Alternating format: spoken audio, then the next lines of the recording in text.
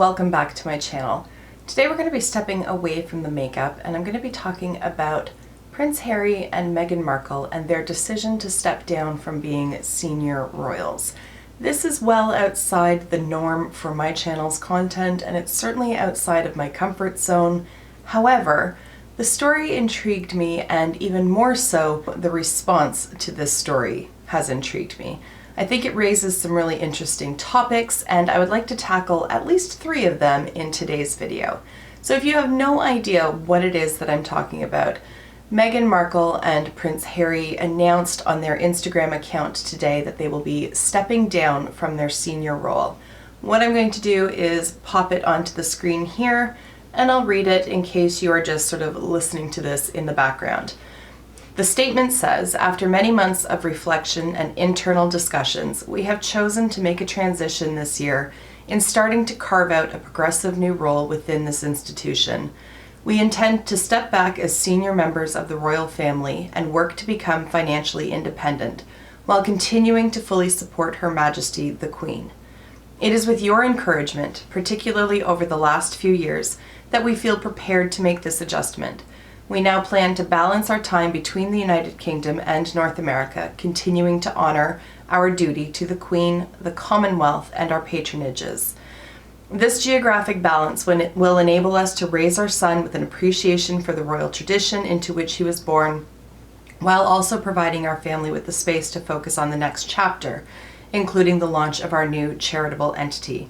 We look forward to sharing the full details of this exciting next step in due course as we continue to collaborate with Her Majesty the Queen, the Prince of Wales, the Duke of Cambridge, and all relevant parties. Until then, please accept our deepest thanks for your continued support. The Duke and Duchess of Sussex." To say that this decision has been polarizing is most definitely an understatement.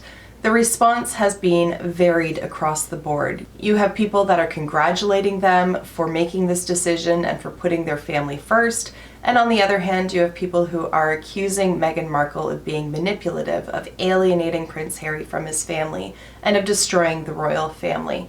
And in between there's an entire spectrum of responses as well. Now, at the time that I am filming this, I think there's something to the neighborhood of about 75,000 responses to that Instagram post. Clearly, I have not read all of them. However, there are certain themes that are emerging both on Twitter and on Instagram. And it's those themes that I kind of want to address here. Like I said, there's at least 3 topics of conversation that I would like to cover, but this announcement certainly does lend itself to more areas than that. However, the first issue that it raises for me is, what is the media's responsibility in terms of how it reports on people? What are the ethics that are required of the media, and can they go too far? As I'm pretty sure everybody is aware, Meghan Markle, I'm just going to refer to her as Meghan going forward. Meghan was an actress prior to marrying Harry. As an actress, I, for one, didn't necessarily see her in a lot of tabloids. She wasn't a problematic actress. She wasn't somebody that you read about or that you saw her on the cover of Us Weekly or any of those sort of tabloid magazines. She kept a fairly low profile, although certainly if you were a fan of Suits, you were aware of who she was. Now contrast that with the amount of media attention that she has received since her relationship with Harry was announced.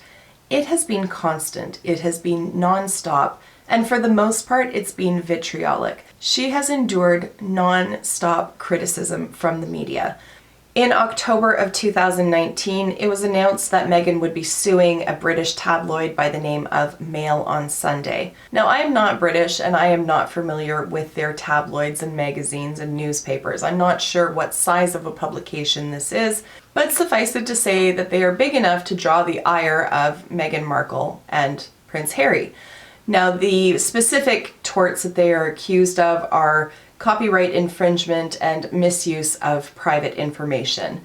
This media publication allegedly reproduced a letter that Meghan had sent to her father, and they allegedly, again, I will say, deleted certain paragraphs and certain words and sentences to really manipulate the context of what was being printed. So As far as I'm aware, that is still going through the system, and there has been no settlement or decision made by the courts in that regard. So this is just all alleged at this point. But regardless, you can see sort of what that relationship between these two people and the media has been. Frankly, from my perspective, Harry comes by his mistrust of the media honestly.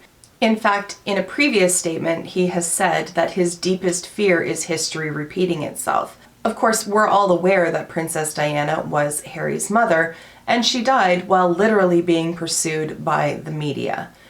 It's his biggest fear that this is going to happen again, and that not only his wife is going to be impacted by this, but now also his infant son. He's even gone so far as to call the tactics employed by the media bullying, and saying that this is what scares and what silences people.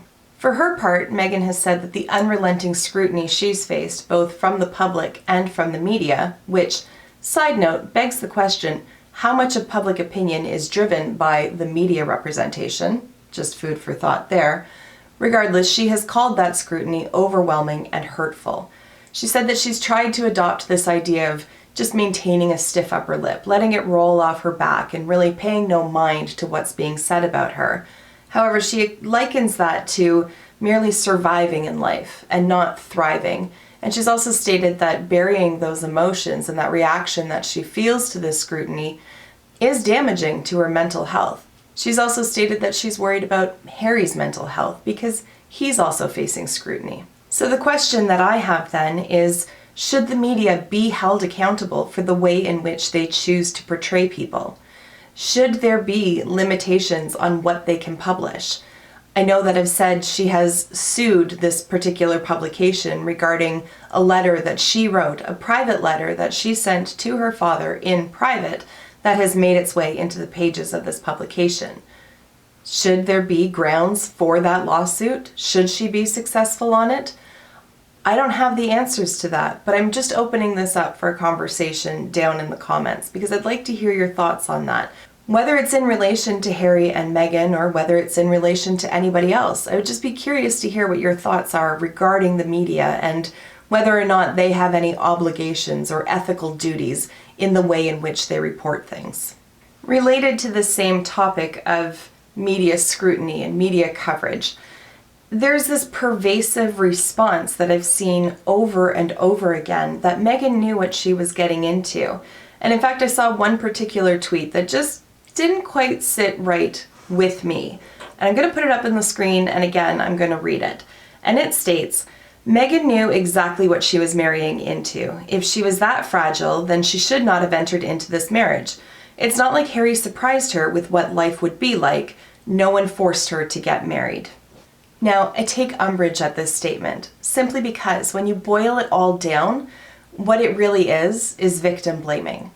It's essentially, at its core, stating that she was asking for it. And that's just wildly inappropriate.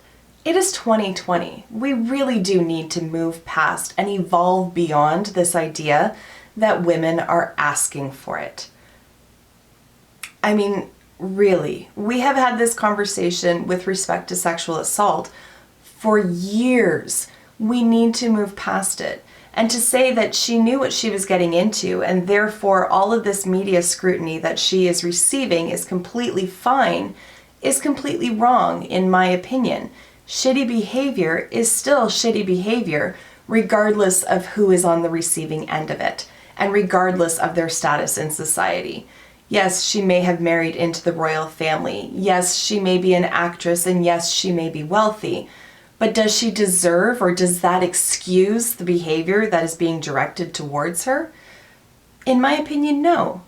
Now, I will put the caveat out there. I don't know these people personally. I don't know what their personalities are like. I don't know what their ethics are. I don't know what their moral compass points to. All I can say is that blaming somebody because they have a negative reaction to something which truly is hideous is not appropriate, no matter what the context is. Now, moving away slightly from that point, I did come across an Instagram response that just, again, didn't quite sit right with me. And I don't want to flesh it out too much because I think it could be the topic of an entirely different video, which I don't know that I'm ever going to make, but I'm going to put it in here in case anybody wants to comment on this down below. And side note, I don't feel like I should need to say this, but let's keep our comments respectful of each other. Please and thank you. Okay, now moving over to this Instagram response that I saw that just kind of made me do one of those. This person states, having a hard time to accept this. For all the heartache Diana had with the royal family, she never turned her children against the Queen. She knew the importance of being a member of the royal family and the duties that come with it. Meghan is the man in this marriage. From what I'm gathering from the context of this person's response, what she's basically saying is Meghan forced this decision upon Harry. And that is a pervasive theme in a lot of these responses, is that Meghan has manipulated Harry into this and that she's attempting to alienate him from his family and rip this royal family apart. But I just want to fill you in on what that context is. So the entire first portion of this statement really doesn't bother me. It's a statement of opinion. I can respect that. It's the last sentence that I take issue with. When I place that last sentence in that context, what it suggests to me and the interpretation that I have is that by saying Meghan is the man of the marriage, we're saying that the men are the people who make these major decisions, or the men have the control in the relationship, or potentially that men are manipulators, again, because Meghan is being accused of being a manipulator. I just think that there is an awful lot to unpack in that one sentence, and it speaks to our views on marriage and people's roles within those marriages. And also, it really does disregard same-sex marriages. When we have two women who are married to each other, is one of them a traditional male in that relationship and in that context? What about when two men are married to each other? Does one take on some sort of male role while the other is relegated to a female role? What do those roles really mean? It's 2020. We're not talking 1950 here. So the whole point of this is that there's a huge box to unpack with just that one sentence. And words do carry meaning, and saying that somebody is the man of the relationship, or saying that somebody wears the pants in the relationship, whatever the case may be, I think we need to move away from that kind of conversation, because it just underscores and underlines archaic ways of thinking about relationships and gender roles.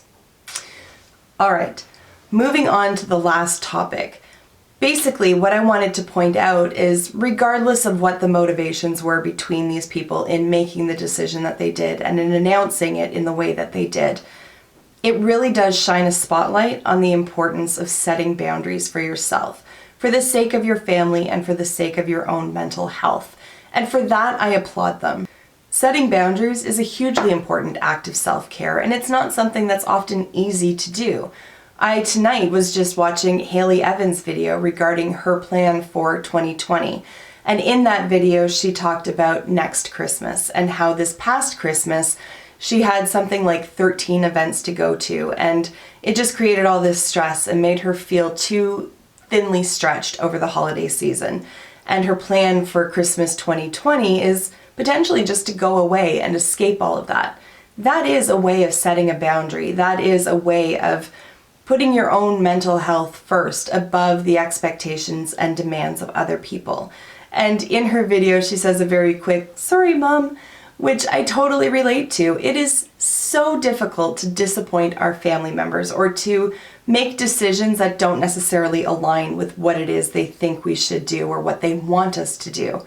Now try to extend that to the context of the royal family, where we're talking hundreds of years of traditions and obligations and responsibilities. And we have Harry and Meghan who are saying, no, we're stepping down from that role. They did it without consultation with the Queen, apparently. And again, there are some mixed feelings on that. Some people feel that that is very empowering for them, and other people feel it's very disrespectful to the throne. Regardless, they have established this boundary. And I think that they've established a compromise point, at least from what I can see just in the statement that they released on Instagram, where they say they're going to be splitting their time between the UK and between North America. And they say that they still intend to honor their duties to the Queen and to the Commonwealth. So I think it's a matter of they're trying to establish a balance. They're not turning their back entirely on the royal family or on their duties as parts of that royal family. They're simply taking a step back. They have an infant son. They have both been open about talking about their mental health challenges and the anxiety that comes with their royal duties. All of that, the media scrutiny, everything I've already talked about in this video. And I think they're putting themselves first. So this argument that Meghan is trying to rip the family apart doesn't necessarily jive with what we're seeing. If that was the case, we would see more of a defined break from the royal family. Now, time will tell, and we'll see how all of this plays out and what level of interaction they really do have with the Queen and with the Commonwealth, but at this point, the stated intention is trying to find a balance, and in fact, they use the word balance in their announcement. And I think that trying to find a balance is incredibly challenging. I'm not a royal. I don't have media following me around, and I don't have people that really give two figs about what I do in my day-to-day life. And I still find finding balance to be very challenging. So I cannot imagine in their position what finding a balance really looks like. I don't envy these people. I truly, truly don't. So at any rate, I don't know what their true motivations are, and I don't know what the true intentions are. As I said, time will tell. But I do thank them for shining this spotlight on the importance of self-care and on the importance of establishing boundaries, because so many of us need that example in our lives, and so many of us benefit from seeing other people successfully set these boundaries. So that is all I'm going to say on this particular topic. I'm going to wrap it up here. As I've stated throughout this video, I am very interested on your perspectives and your response to this announcement. I know this is so far outside of what my typical content is, but I saw this announcement, I saw the responses, and it just got the gears turning in my head, and I thought, why not start a conversation on this and just see where people's minds are at. So as always, thank you for taking the time to watch, and I will see you in my next video. Until then, just be a decent human being. Bye for now.